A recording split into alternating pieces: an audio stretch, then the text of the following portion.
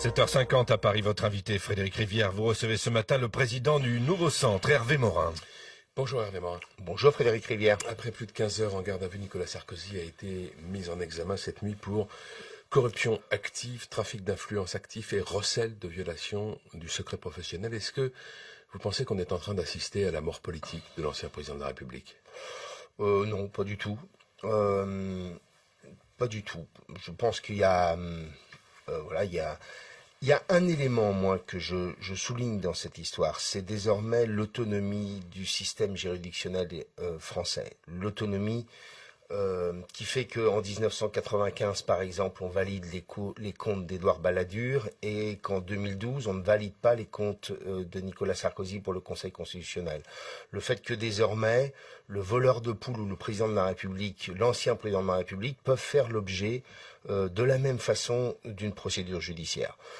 Sur le fond de l'affaire, bien entendu, je ne vais pas me prononcer parce que je n'en ai pas les éléments. Il y a tout de même toute une série de questions qu'on peut se poser. C'est la légalité des écoutes téléphoniques. D'ailleurs, le parquet général, dans la note qu'il avait transmise au garde des Sceaux, s'interrogeait lui-même sur la longueur de ces écoutes, les écoutes entre un avocat et son client, les écoutes entre l'avocat et le bâtonnier. Bref, il y a toute une série de sujets. Le deuxième élément, c'est que il n'y a aucun contrôle judiciaire à la sortie de la garde à vue, donc les magistrats ne doivent pas avoir autant d'éléments que cela, parce que s'il y avait des éléments importants, je pense qu'il y aurait des mesures de contrôle judiciaire. Donc la procédure elle-même va faire l'objet d'un certain nombre de questions. Je vous rappelle, enfin, même si c'est souvent rappelé, mais je pense qu'il faut le dire, c'est que on a déjà eu un magistrat il y a quelques mois qui a engagé une procédure qui s'est vue conclue par un non-lieu. C'est l'affaire Bettencourt. Ouais. Est-ce que vous avez le sentiment, comme le disent certains de ses proches, que Nicolas Sarkozy est victime d'une forme d'acharnement ? Non, mais le complot... Voilà, tout ça, je n'y crois pas. On n'en fait ni plus ni moins qu'avec un autre ? Je n'y crois pas. Je crois absolument pas à l'idée d'une espèce de complot, de grande machination. Tout ça n'existe pas, bien entendu. Qu'il y ait en même temps des magistrats qui décident d'avoir un peu plus d'acharnement à l'égard de l'ancien président de la République, c'est pas impossible. On sait à quel point les relations entre la magistrature et l'ancien chef de l'État étaient de la magistrature notamment. Les relations étaient des relations qui n'étaient pas apaisées, c'est le moins qu'on puisse dire. Mais j'invite tout le monde à avoir beaucoup de prudence sur cette histoire. Je suis absolument pas le défenseur de Nicolas Sarkozy, mais j'invite à ce que on prenne un peu de hauteur. Moi, je préfère y voir dans cette histoire l'idée que nous avons des institutions dans lesquelles l'indépendance des pouvoirs s'affirme et s'affiche. Je rappelais ces histoires de comptes. Par exemple, pour le Conseil constitutionnel, je trouvais que c'était plutôt preuve d'une amélioration de notre système.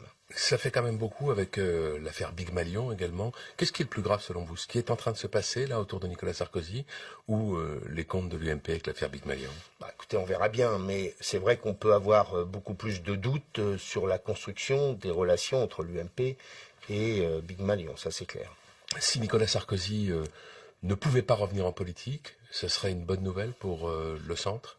Je pense que le centre doit vivre sa vie sans se poser la question des malheurs des autres, que ce soit du Parti socialiste ou de l'UMP. Ce dont on a besoin, c'est de construire une alternative. C'est qu'on soit pour les Français. C'est-à-dire le centre doit être au pouvoir et non pas une force adjointe. Strapontin, décoration d'une assiette, ça doit être fini dans nos têtes. Ce que nous devons construire, nous tous ensemble, centristes, c'est l'idée qu'en France, il y a autre chose que l'UMP et le Parti socialiste qui ont échoué depuis 40 ans.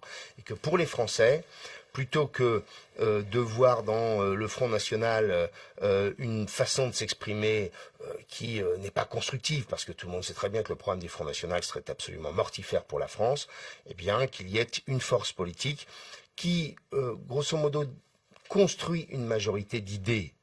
Une majorité autour de laquelle des hommes et des femmes issus de la social-démocratie, de l'écologie responsable, favorables à la liberté d'entreprendre, sont en mesure de pouvoir construire une réaction à la gravité de la situation du pays. C'est le projet que vous voulez porter, puisque vous êtes candidat à la présidence de l'UDI pour succéder à Jean-Louis Borloo, ce sera en octobre prochain. C'est ce projet-là, c'est-à-dire un candidat du centre à l'élection présidentielle. Donc si vous êtes président de l'UDI, vous, candidat à l'élection présidentielle. Frédéric Rivière, non, il faut que le président de l'UDI ne fasse pas de cette histoire une aventure personnelle. Moi, je veux que nous construisions une équipe, un collectif, des hommes et des femmes capables de dire aux Français, on va sortir des sentiers battus, étonner, donner de l'oxygène à la vie politique française, construire un nouveau projet collectif qui soit un projet qui rassemble des hommes et des femmes issus d'horizons différents, mais capables de porter un même projet collectif. Vous voyez bien que derrière tout ça, on a des institutions et une démocratie profondément malades, la défiance des Français à l'égard du système politique, l'incapacité que nous avons à regarder avec lucidité le monde nouveau dans lequel nous sommes.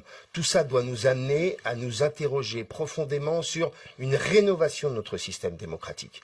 Notre démocratie est malade. Notre démocratie est malade notamment d'institutions qui aujourd'hui sont à bout de souffle. Eh bien, nous devons être, nous, les centristes, porteur d'un nouvel élan démocratique, à la restauration de la confiance entre les Français et la politique, la restauration d'institutions qui sortent de l'impuissance dans laquelle nous sommes aujourd'hui plongés depuis des décennies. C'est ça que nous devons porter ensemble. Manuel Valls, le Premier ministre, annonce un report partiel à 2016 de la mise en place du compte pénibilité, une disposition qui avait été très critiquée par le MEDEF, et d'ailleurs aussi une simplification du Code du travail. C'est une bonne décision, c'est du pragmatisme, ça?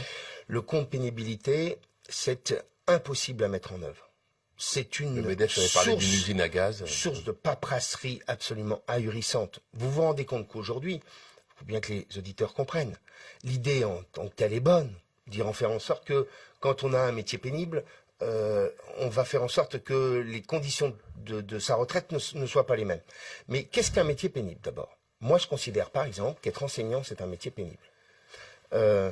Pour d'autres, c'est d'être maçon ou d'être chauffeur routier.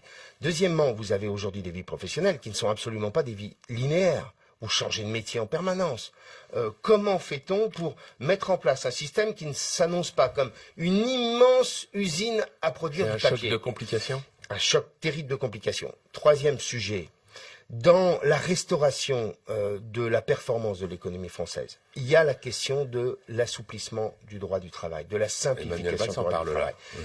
Qu'on y aille enfin, qu'on dise aux Français qu'on ne peut plus entendre en permanence des artisans, des patrons de TPE disent « Ah non, non, je préfère pas embaucher parce que si j'ai mon carnet de commandes qui baisse, je ne serai pas capable de licencier le moment venu. » Il faut qu'on puisse donner de la et en même temps, il faut protéger les salariés. Oui, bien sûr, mais c'est pas l'emploi qu'il faut protéger, Frédéric Rivière. Ce sont les personnes. Ce sont les personnes. Par des systèmes de formation performants, par la capacité que pourrait avoir une personne de retrouver facilement un travail, par le fait, bien entendu, qu'il y a un régime d'indemnisation. Mais donnons la capacité à l'économie française de créer de la richesse quand elle est en mesure de pouvoir en créer. Et les contraintes du droit du travail aujourd'hui l'empêchent. Pas que cette raison, mais fait partie des freins à une croissance plus vive.